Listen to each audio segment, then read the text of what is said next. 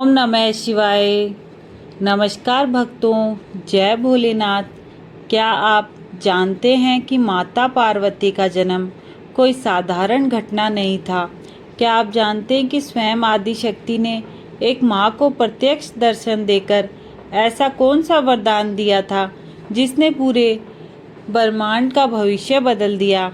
आज की इस दिव्य कथा में हम जानेंगे कि किस प्रकार पर्वतराज हिमालय की पत्नी माता मैना ने कठोर तपस्या करके स्वयं जगदम्बा को प्रसन्न किया। कैसे देवी ने उन्हें साक्षात दर्शन देकर वचन दिया कि वह उनकी पुत्री बनकर जन्म लेगी। आप सुनेंगे उस अद्भुत प्रसंग को जब देवी उमा पहले हिमवान के हृदय में और फिर माता मैना के गर्भ में विराजमान हुई। जब देवताओं ने गर्भस्थ जगदम्बा की स्तुति की और संपूर्ण सृष्टि उनके अवतरण की प्रतीक्षा करने लगी, फिर आएगा वह अलौकिक क्षण जब स्वयं आदि शक्ति ने दिव्य स्वरूप में प्रकट होकर माता मैना को अपने अवतार का रहस्य बताया और तत्पश्चात एक नवजात कन्या का रूप धारण कर लिया। कथा में आप जानेंगे माता पार्वती के नामकरण, उनकी दिव्य शिक्षा, देवर्षि नारद के आगमन और उस भविष्यवाणी के बारे में जिसे सुनकर स्वयं हिमवान और मैना चिंतित हो उठे थे। आखिर नारद जी ने पार्वती के हाथ में ऐसा क्या देखा था? क्यों उन्होंने कहा कि इस कन्या का विवाह एक ऐसे योगी से होगा जो भस्म धारण करता है, जटाएं रखता है और शमशान में निवास करता है? और कैसे उन्होंने हिमवान के सारे संदेह दूर करके बताया कि वही योगी स्वयं देवों के देव महादेव हैं। इन सभी रहस्यमयी और भक्ति रस से भरे प्रसंगों को जानने के लिए वीडियो को अंत तक अवश्य देखिएगा, क्योंकि आज की कथा केवल एक जन्म की कथा नहीं बल्कि शिव और शक्ति के पुनर्मिलन की दिव्य गाथा है। तो आइए भगवान शिव और पार्वती का स्मरण करते हुए कथा का शुभारंभ करते हैं। बोलिए जगत जननी माता पार्वती जी की जय, देवों के देव महादेव की जय। हर हर महादेव। नारद जी ने पूछा, पिताजी, जब देवी दुर्गा अंतर्धान हो गई और देवगण अपने अपने धाम को चले गए, उसके बाद क्या हुआ? ब्रह्मा जी ने कहा, मेरे पुत्रों में श्रेष्ठ विप्रवर नारद जब विष्णु आदि देव समुदाय हिमालय और मैना को देवी की आराधना का उपदेश दे चले गए, तब गिरिराज हिमाचल और मैना दोनों दंपति ने बड़ी भारी तपस्या आरंभ की। वे दिन रात शंभु और शिवा का चिंतन करते हुए भक्ति युक्त चित्त से नित्य उनकी रीति से आराधना करने लगे। हिमवान की पत्नी मैना बड़ी प्रसन्नता से शिव सहित शिवा देवी की पूजा करने लगी। वह उन्हीं के संतोष के लिए सदा ब्राह्मणों को दान देती रहती थी। मन में संतान की कामना ले मैना चैत्र मास के आरंभ से लेकर 27 वर्षों तक प्रतिदिन तत्परता पूर्वक शिवा देवी की पूजा और आराधना में लगी रही। वह अष्टमी को उपवास करके नवमी को लड्डू, बलि सामग्री, पिठी, खीर, गंध पुष्प आदि देवी को भेंट करती थी। गंगा के किनारे औषधि में उमा की मिट्टी की मूर्ति बनाकर नाना प्रकार की वस्तुएं समर्पित करके उसकी पूजा करती थी। मैना देवी कभी निराहार रहती, कभी व्रत के नियमों का पालन करती, कभी जल पीकर रहती और कभी हवा पीकर ही रह जाती थी। विशुद्ध तेज से दमकती हुई दीप्तिमती मैना ने प्रेम पूर्वक शिवा में चित लगाए 27 वर्ष व्यतीत कर दिए। 27 वर्ष पूरे होने पर जगन्मयी शंकर कामिनी जगदम्बा उमा अत्यंत प्रसन्न हुई। मैना की उत्तम भक्ति से संतुष्ट हो वह परमेश्वरी देवी उन पर अनुग्रह करने के लिए उनके सामने प्रकट हुई। तेजोमंडल के बीच में विराजमान तथा दिव्य अवयवों से संयुक्त उमा देवी प्रत्यक्ष दर्शन दे मैना से हंसती हुई बोली। देवी ने कहा, गिरिराज हिमालय की रानी महासाध्वी मैना, मैं तुम्हारी तपस्या से बहुत प्रसन्न हूँ। तुम्हारे मन में जो अभिलाषा हो उसे कहो। मैना, तुमने तपस्या, व्रत और समाधि के द्वारा जिस जिस वस्तु के लिए प्रार्थना की है वह सब मैं तुम्हें दूंगी। तब मैना ने प्रत्यक्ष प्रकट हुई कालिका देवी को देखकर प्रणाम किया और इस प्रकार कहा। मैना बोली, देवी, इस समय मुझे आपके रूप का प्रत्यक्ष दर्शन हुआ है, अतः मैं आपकी स्तुति करना चाहती हूँ। कालिके, इसके लिए आप प्रसन्न हो।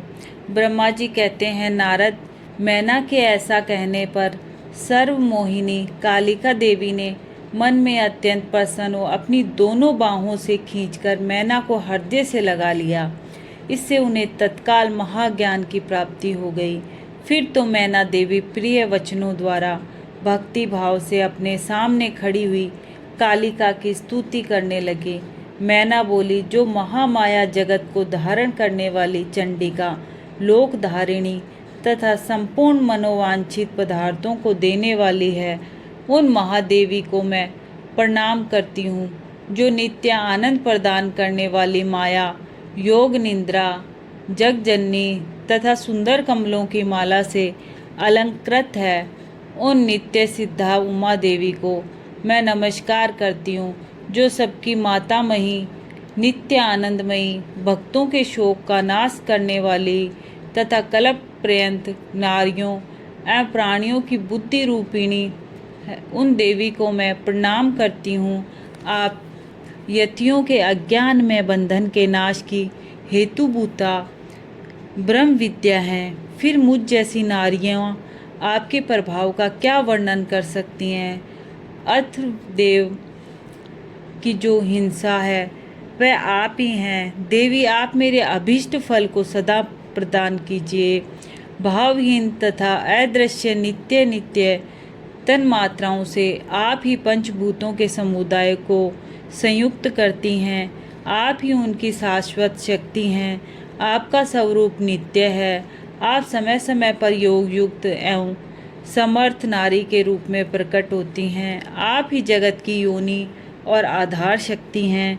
आप ही प्राकृत तत्वों से परे नित्या प्रकृति कही गई हैं, जिसके द्वारा ब्रह्मा के स्वरूप को वश में किया जाता है। वह नित्य विद्या आप ही हैं। माते, आज मुझ पर प्रसन्न होइए। आप ही अग्नि के भीतर व्याप्त उग्र दाहिका शक्ति हैं। आप ही सूर्य किरणों में स्थित प्रकाशिका शक्ति हैं। चंद्रमा में जो शक्ति है वह भी आप ही हैं। ऐसी आप चंडी देवी का मैं स्तवन और वंदन करती हूँ। आप स्त्रियों को बहुत प्रिय हैं।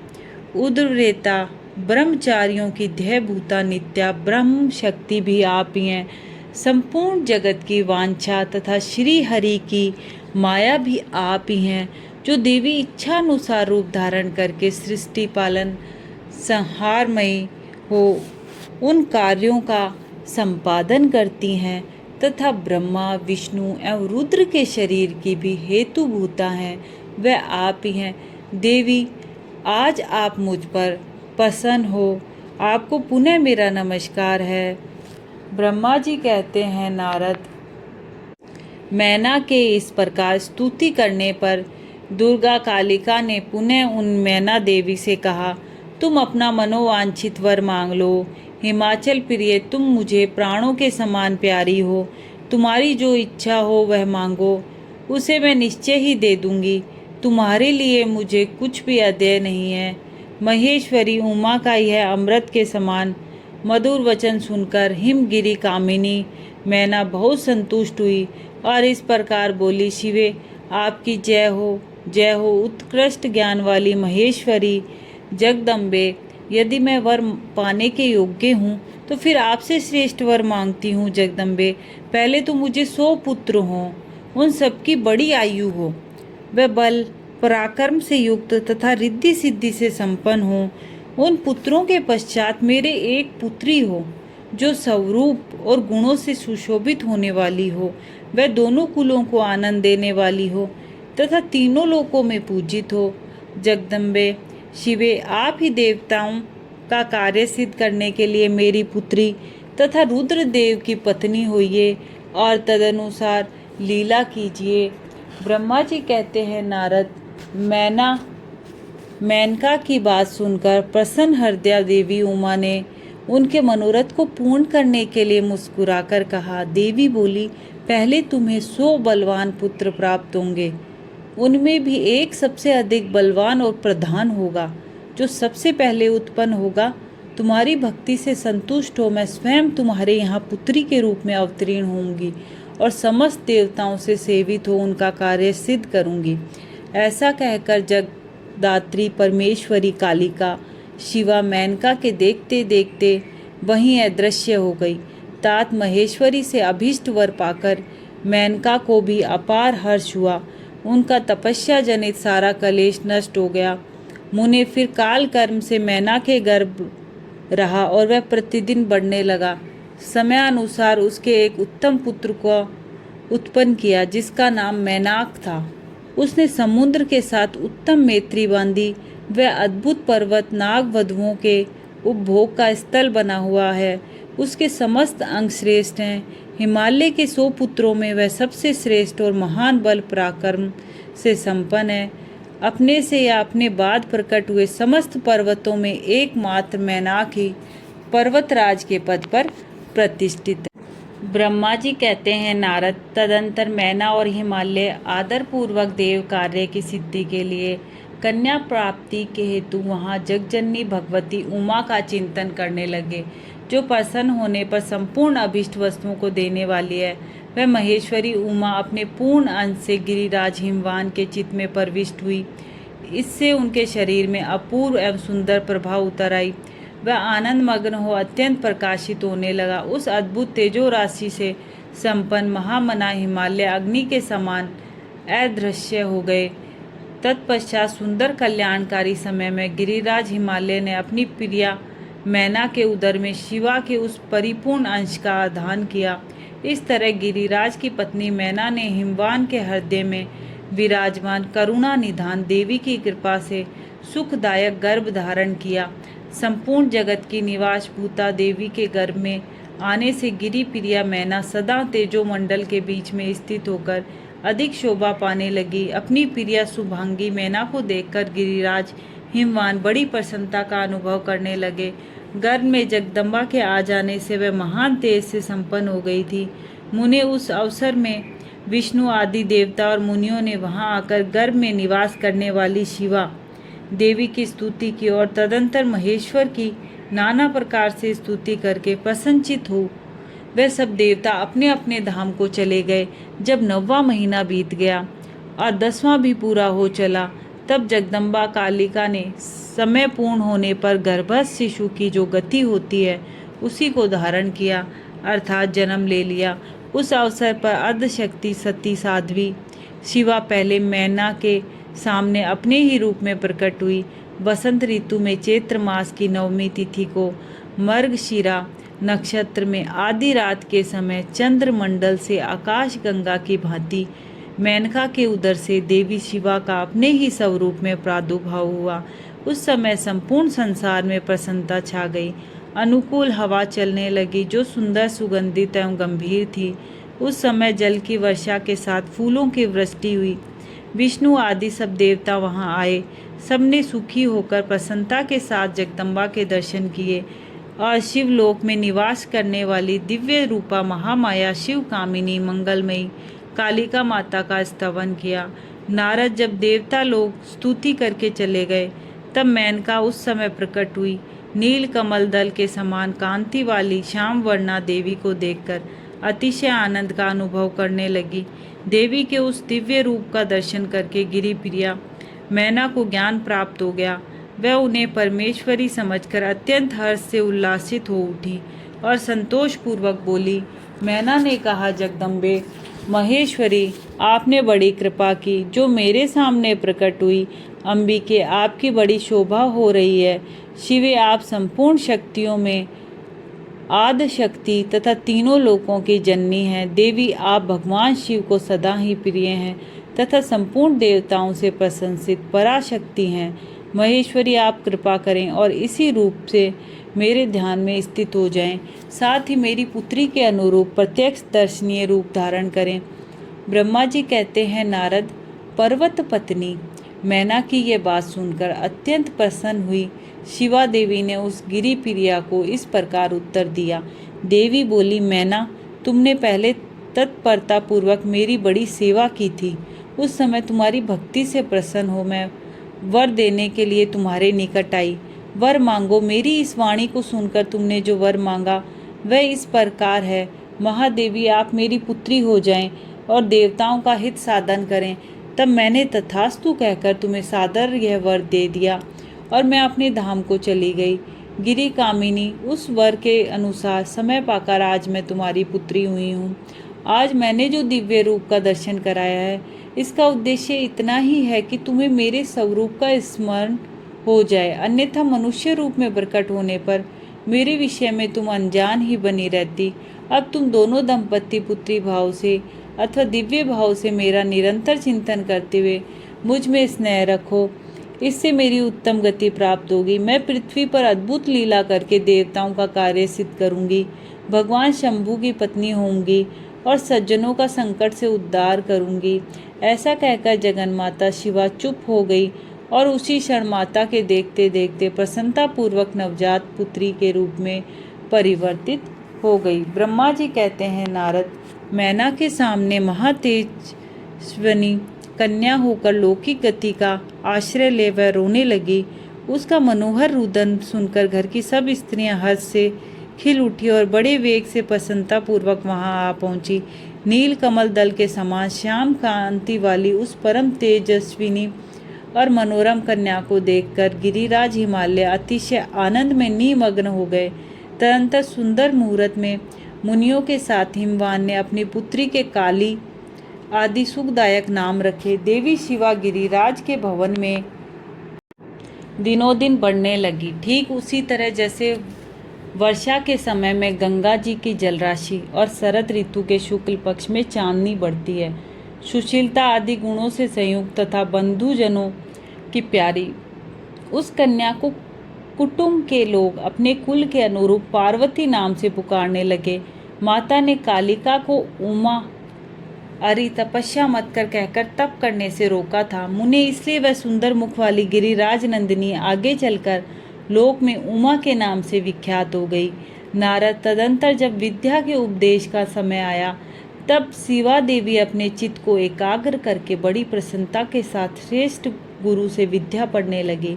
पूर्व जन्म की सारी विद्याएं उन्हें उसी तरह प्राप्त हो गई जैसे शरद काल में हंसों की पात अपने आप सुरंगा के तट पर पहुंच जाती हैं और रात्रि में अपना प्रकाश स्वतः महोषधियों को प्राप्त हो जाता है। मुने, इस प्रकार मैंने शिवा की किसी एक लीला का ही वर्णन किया है।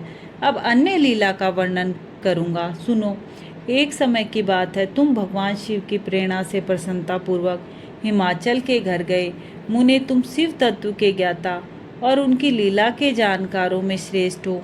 नारद, गिरिराज हिमालय ने तुम्हें घर पर आया देख प्रणाम करके तुम्हारी पूजा की और अपनी पुत्री को बुलाकर उससे तुम्हारे चरणों में प्रणाम करवाया। मुनीश्वर फिर स्वयं ही तुम्हें नमस्कार करके हिमाचल ने अपने सौभाग्य की सराहना की और अत्यंत मस्तक झुका हाथ जोड़कर तुमसे कहा। हिमालय बोले, हे मुने नारद, हे ब्रह्मपुत्रों, मैं श्रेष्ठ ज्ञानवान प्रभु, आप कृपा पूर्वक दूसरों के उपकारों में लगे रहते हैं। मेरी पुत्री की जन्म कुंडली में जो गुण दोष हो उसे बताइए। मेरी बेटी किसकी सौभाग्यवती प्रिय पत्नी होगी?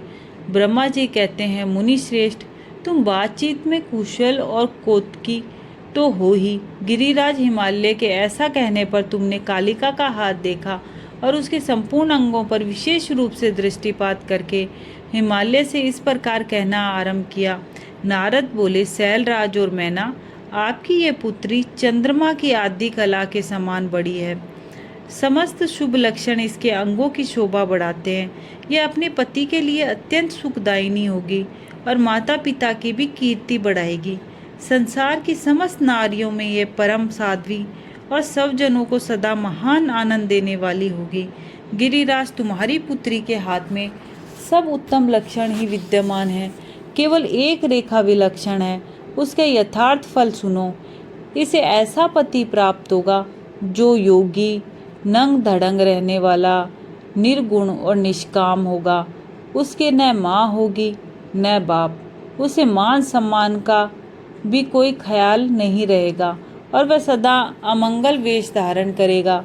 ब्रह्मा जी कहते हैं, नारद, तुम्हारी इस बात को सुन और सत्य मानकर मैना तथा हिमाचल दोनों पति पत्नी बहुत दुखित हुए। परंतु जगदम्बा शिवा तुम्हारे ऐसे वचन को सुनकर और लक्षणों द्वारा उस भावी पति को शिव मानकर मन ही मन हर्ष से खिल उठी। नारद जी की बात कभी झूठ नहीं हो सकती, यह सोचकर शिवा भगवान शिव के युगल चरणों में संपूर्ण हृदय से अत्यंत स्नेह करने लगी।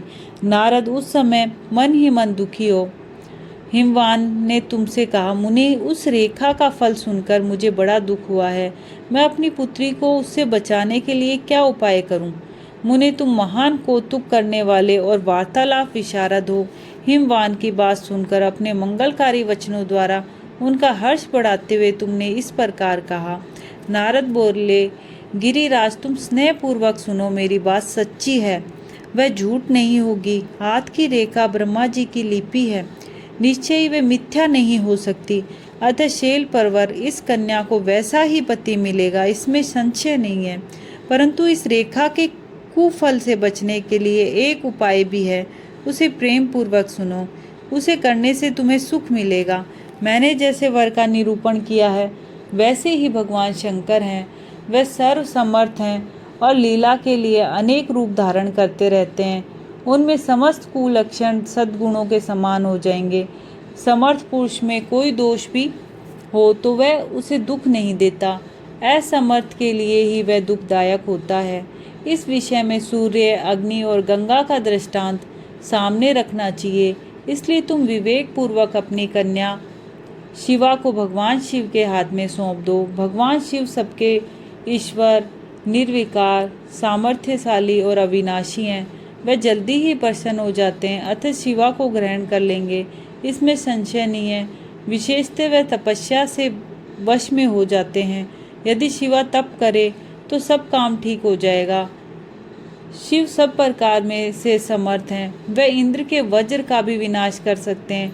ब्रह्मा जी उनके अधीन हैं तथा वह सबको सुख देने वाले हैं। पार्वती भगवान शंकर की प्यारी पत्नी होगी। वह सदा रुद्रदेव के अनुकूल रहेगी, क्योंकि यह महासाध्वी और उत्तम व्रत का पालन करने वाली है तथा माता पिता के सुख को बढ़ाने वाली है। यह तपस्या करके भगवान शिव के मन को अपने वश में कर लेगी और वह भगवान भी इसके सिवा किसी दूसरी स्त्री से विवाह नहीं करेंगे। इन दोनों का प्रेम एक दूसरे के अनुरूप है।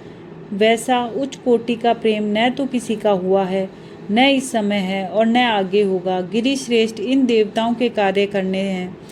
उनके जो जो काम नष्ट प्राय हो गए हैं, उन सब का इनके द्वारा पुनः उज्जीवन और उद्धार होगा।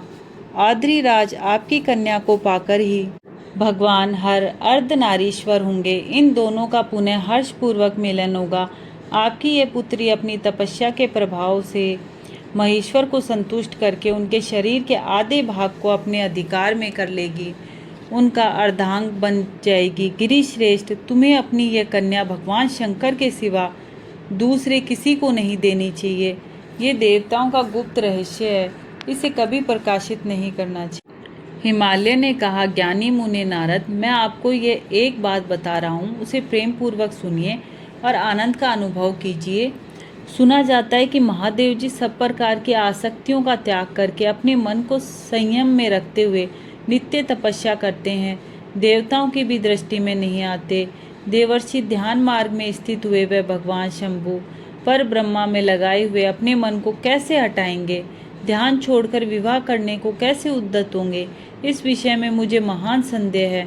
दीपक की लोक के समान प्रकाशमान, अविनाशी, प्रकृति से परे, निर्विकार, निर्गुण, सगुण, निर्विशेष और निरह जो पर ब्रह्मा है, वही उनका अपना सदाशिव नामक स्वरूप है। अतः वह उसी का साक्षात्कार करते हैं। किसी ब्रह्मा अनात्म वस्तु पर दृष्टि नहीं डालते। मुने, यहाँ आए हुए किन्नरों के मुख से उनके विषय में नित्य ऐसी ही बात सुनी जाती है। क्या वह बात मिथ्या ही है?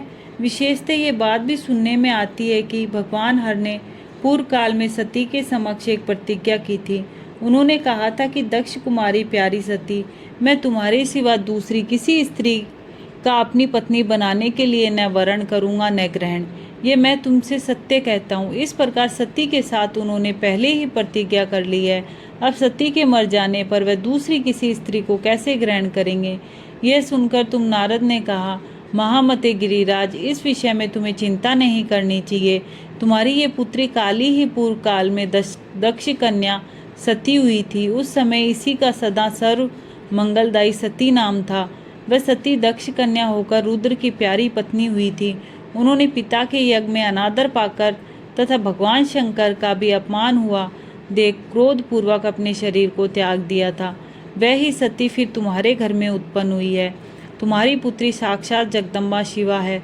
ये पार्वती भगवान हर की पत्नी होगी, इसमें संशय नहीं है। नारद, ये सब बातें तुमने हिमवान को विस्तार पूर्वक बताई। पार्वती का वह पूर्व रूप और चरित्र प्रीति को बढ़ाने वाला है। काली के उस संपूर्ण पूर्व वृत्तांत को तुम्हारे मुख से सुनकर हिमवान अपनी पत्नी और पुत्र के साथ तत्काल संदेह रहित हो गए। इसी तरह तुम्हारे मुख से अपनी उस पूर्व कथा को सुनकर काली ने लज्जा के मारे मस्तक झुका लिया और उसके मुख पर मंद मुस्कान की प्रभा फैल गई। गिरिराज हिमालय पार्वती के उस चरित्र को सुनकर उसके माथे पर हाथ फेरने लगे और मस्तक सूंघकर उसे अपने आसन के पास ही बिठा लिया। नारद, इसके पश्चात तुम उसी क्षण प्रसन्नतापूर्वक सर्वलोक को चले गए और गिरिराज हिमवान भी मन ही मन मनोहर आनंद से युक्त हो अपने सर्व संपत्तिशाली भवन में प्रविष्ट हो गए। प्रिय भक्तों, आज की कथा में हमने सुना कि किस प्रकार माता मैना की तपस्या से प्रसन्न होकर स्वयं आदि शक्ति ने उन्हें दर्शन दिए और पुत्री रूप में जन्म लेने का वरदान प्रदान किया। हमने माता पार्वती के दिव्य अवतरण, उनके नामकरण, विद्यादान और देवर्षि नारद द्वारा उनके उज्जवल भविष्य के वर्णन का पावन प्रसंग सुना। यह कथा हमें सिखाती है कि सच्ची श्रद्धा, भक्ति और धैर्य से किया गया तप कभी व्यर्थ नहीं जाता। भगवान और भगवती अपने भक्तों की पुकार अवश्य सुनते हैं। भगवान और भगवती अपने भक्तों की पुकार अवश्य सुनते हैं और उचित समय आने पर उन्हें मनोवांछित फल प्रदान करते हैं। आइए हम सभी माता पार्वती और भगवान शिव के श्री चरणों में प्रणाम करते हैं और प्रार्थना करें कि वह हमारे जीवन में सुख, शांति, सद्बुद्धि